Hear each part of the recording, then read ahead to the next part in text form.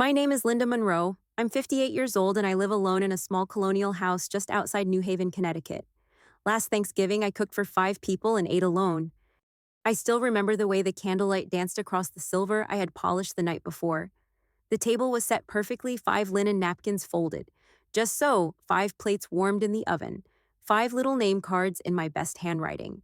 I had even pulled out the crystal glasses my mother gave me the year Ben was born. I spent 3 days preparing that meal. The kitchen had smelled like rosemary and cinnamon for hours. I told myself it would be the year we started fresh, the year my family would gather again around one table, despite the divorce, despite the distance. I watched the clock until almost 4 o'clock before I let myself admit it. No one was coming.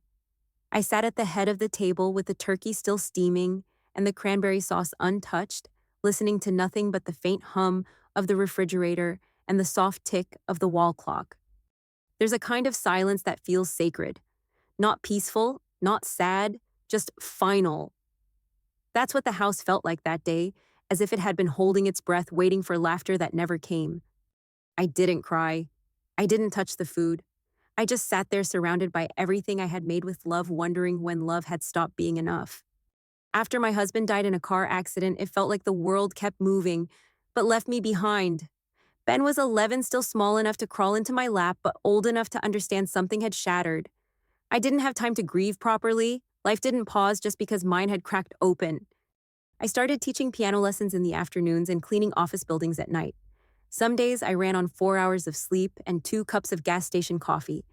I missed one of Ben's birthdays because I picked up an extra cleaning shift to make rent, and I never forgave myself for it, even though he said it was okay. I sold my wedding ring the year he needed braces. It was the only thing of value I had left that wasn't tied to keeping a roof over our heads.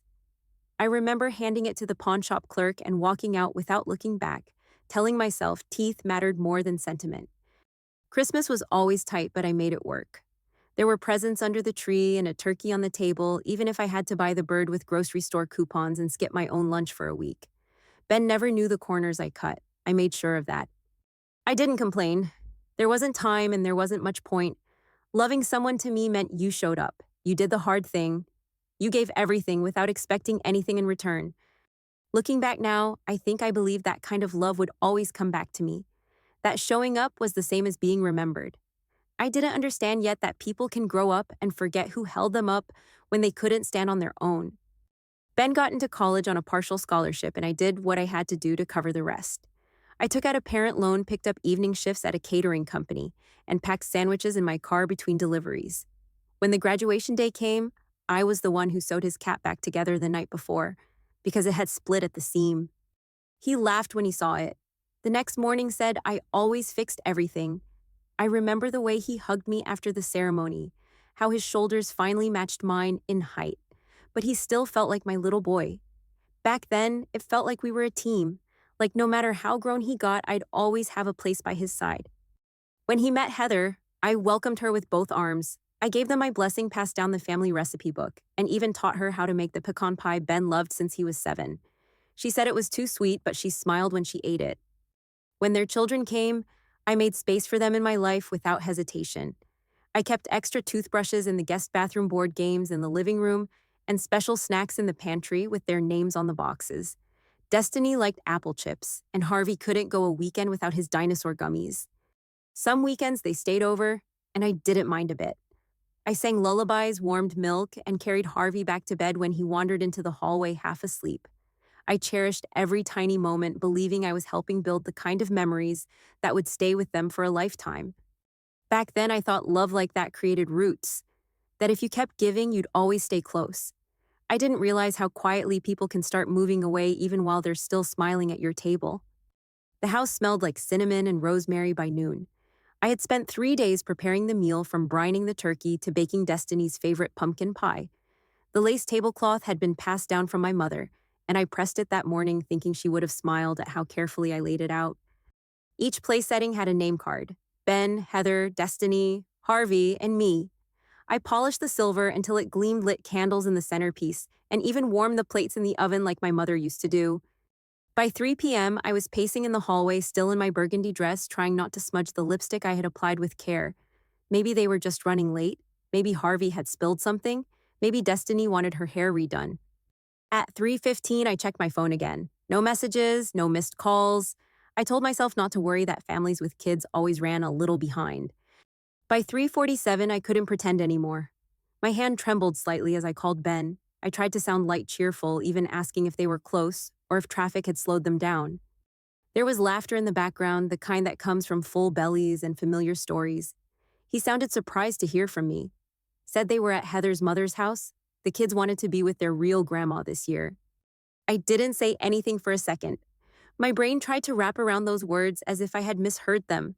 Real grandma, as if everything I had done, the lullabies, the babysitting, the snacks with names, had somehow vanished. I kept my voice steady, asked if he remembered I had made Destiny's pie. His tone shifted. He said not to guilt trip him. They'd come by next weekend. It wasn't personal, just easier this way.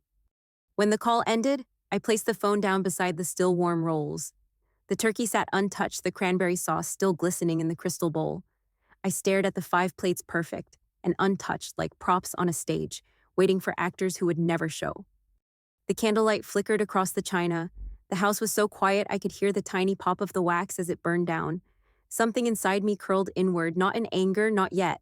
Just disbelief, like my body didn't quite know how to hold that kind of sadness.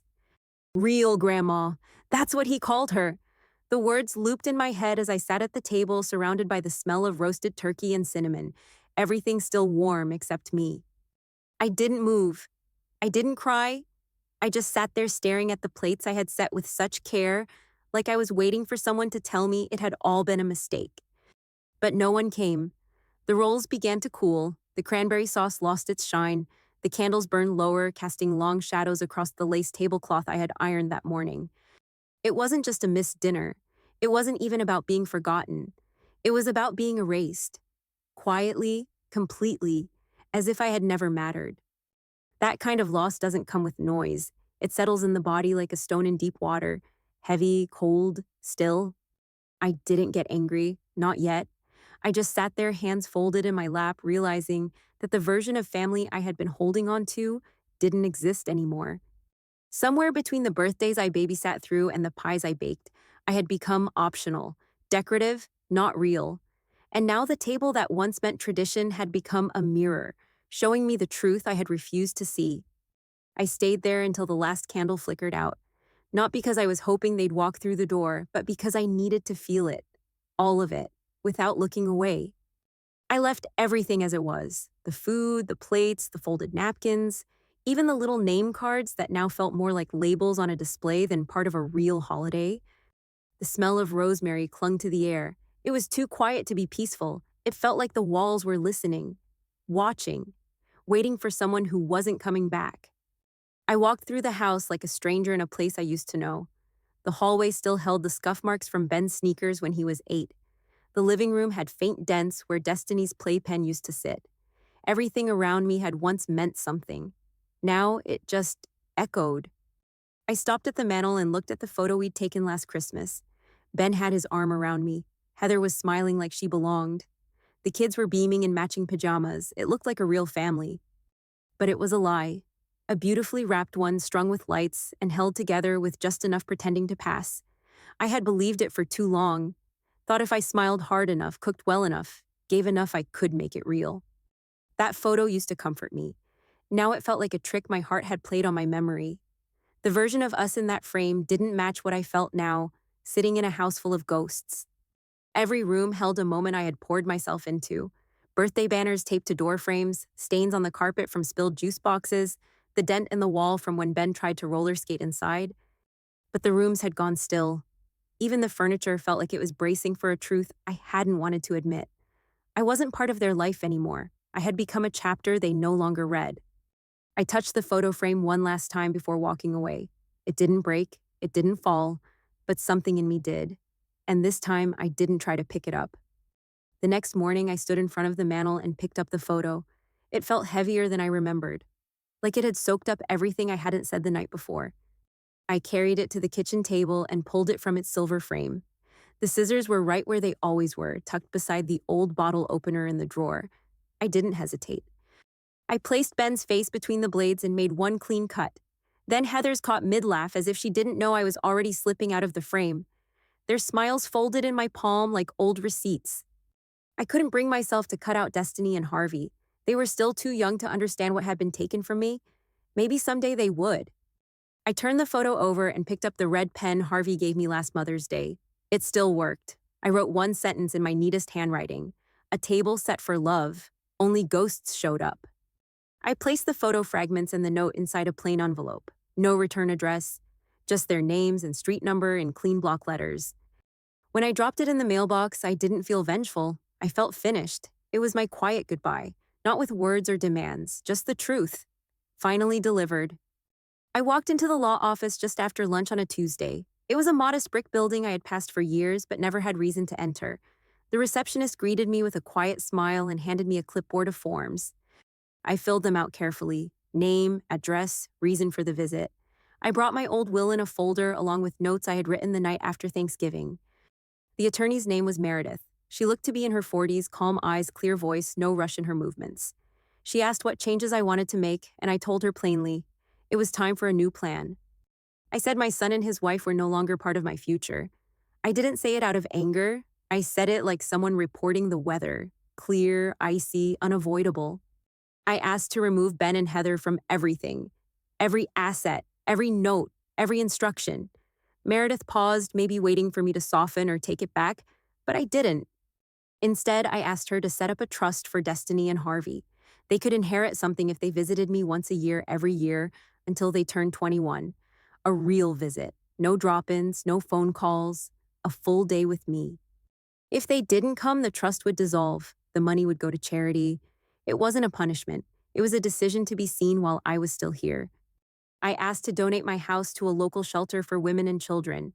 It had 4 bedrooms. More than one family could find safety inside those walls. More than I had. My retirement account would go to scholarships for foster youth. Kids like I once was. Kids who knew what it felt like to be passed over. The last part was hardest. The heirlooms, my mother's pearls, my grandmother's brooch. I asked for them to be donated to the local history museum. Let them tell our story properly. Let them remember us with care. Meredith asked if I was sure. I said yes. This wasn't about erasing anyone. It was about remembering myself. I didn't need revenge. I needed peace. And this was how I found it. When I stepped out of Meredith's office, the air felt different. Lighter, like the weight I had been dragging for years had finally unhooked from my shoulders. I walked home through the old part of town past the bakery where Ben used to beg for cookies, and the bookstore where I once bought his first chapter book. The memories didn't hurt like they used to. They just passed by quietly like leaves in the wind. At home, I sat at the kitchen table and looked out the window. The leaves were starting to turn. I picked up a pen and wrote out a new grocery list. This time, it was for me. No gluten-free stuffing, no extra juice boxes, just the things I liked. Fresh cranberries, garlic sweet potatoes, a small turkey just enough for one. It wasn't about being alone. It was about choosing peace. For the first time in a long time, I didn't have to wonder if I was enough. I just had to be honest with myself. I played music while I cleaned the house. Jazz from the radio, soft and steady. I took down old family photos and put up framed pictures of the garden sunsets from the porch things I had loved without needing anyone's approval. The next Thanksgiving came without fear. I set the table for one, not out of sadness, out of clarity. A single-place setting with a linen napkin, my last unchipped wine glass, and a candle lit just for me. I didn't check my phone. I didn't wait for an apology. I sat down to eat, and for the first time in years, the food tasted exactly right. Not because it was perfect, but because it was mine. The final boundary wasn't a wall. It was a door I had closed quietly. Behind it, I left the need to be chosen. In front of it, I found myself. It was Thursday morning when I opened Instagram. I hadn't planned to check it, but the app blinked with new notifications. The first post on my feed was from Heather. There it was. My mother's lace tablecloth, the crystal wine glasses from my wedding, even the gravy boat with the chipped handle passed down through 3 generations. The caption read something about family blessings and heirloom china. I stared at the screen, not with anger, just a quiet kind of disbelief. She hadn't just taken the objects, she had taken the story. The table looked beautiful. It always had. But it wasn't hers to showcase, not like that. Not with people thinking she had built something that I spent a lifetime holding together. For a long moment, I didn't move. I just looked around my own dining room. The table was still set, 5 dusty plates, wilted flowers, a candle burned down to a stub. I stood up, walked to the table, and adjusted the camera on my phone. The light was soft, honest. I didn't clean anything. I didn't try to make it presentable. I wanted people to see it how it really was. I sat at the head of the table and looked into the lens. Not angry, just clear. The kind of clarity that only comes after silence has taught you everything you didn't want to know. I posted the photo with 9 words: cooked for 5, ate alone. Real love doesn't forget. Within minutes, people began to comment. Some were old friends, others I hadn't spoken to in years. They didn't need details. The picture told them everything. The absence spoke louder than anything I could have written. It wasn't revenge, it was truth. And sometimes that's all you need to be heard. By Sunday, the post had been shared over 40 times. Not viral by internet standards, but in a town like ours, it was enough to start a conversation. At the grocery store, people paused a little longer when they saw me. Carol from across the street asked if the post was about Thanksgiving.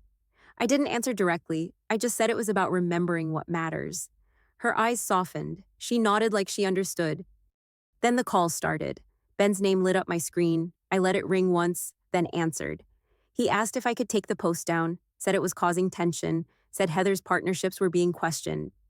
I told him I had only posted the truth, nothing more, nothing less. He didn't argue, not really. He just sighed like he knew the ground had shifted. Heather called the next day. Her voice was strained, careful. She said the photo made people uncomfortable. I said silence made me disappear. Now I was visible again. She asked again politely if I would consider removing it. I said no. Truth stays, especially when it's been buried this long. By the end of the week, I could feel it. The ripple effect, not loud, just steady. People remembered who I had been, who I still was, and for the first time in a long time, they saw me again. The leaves had just started to curl at the edges when I wrote my Thanksgiving list.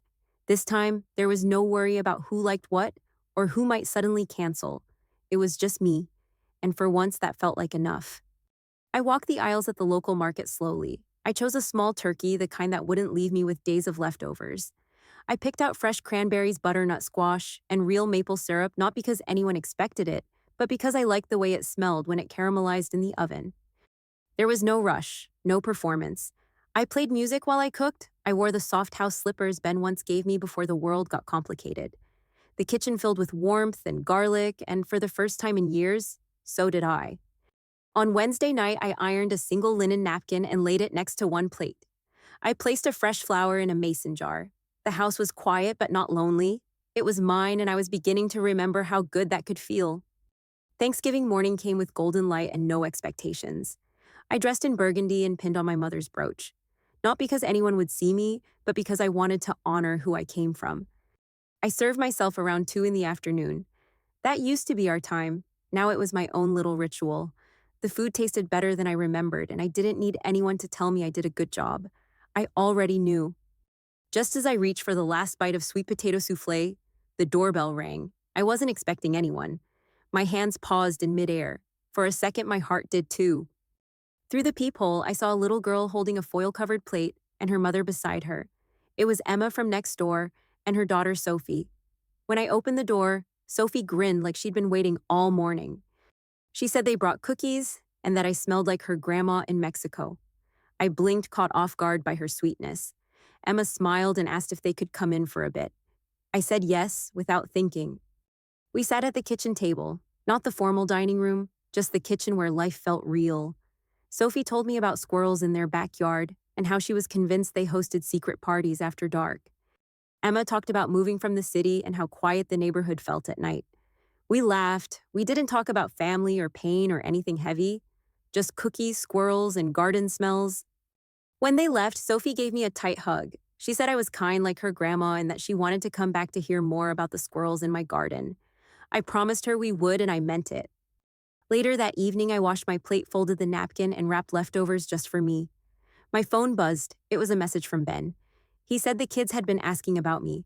I looked at the screen for a long time before responding. I told him Destiny and Harvey were always welcome. He and Heather could visit too, but only when they were ready to treat me with care. The legal documents explained the rest.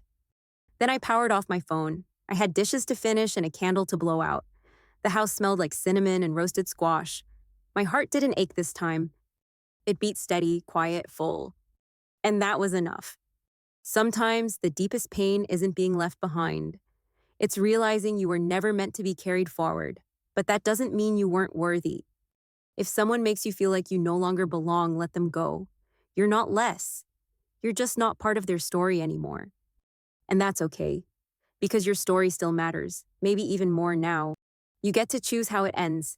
You get to choose peace, and you deserve to be remembered not because you fought to be included, but because you finally chose yourself.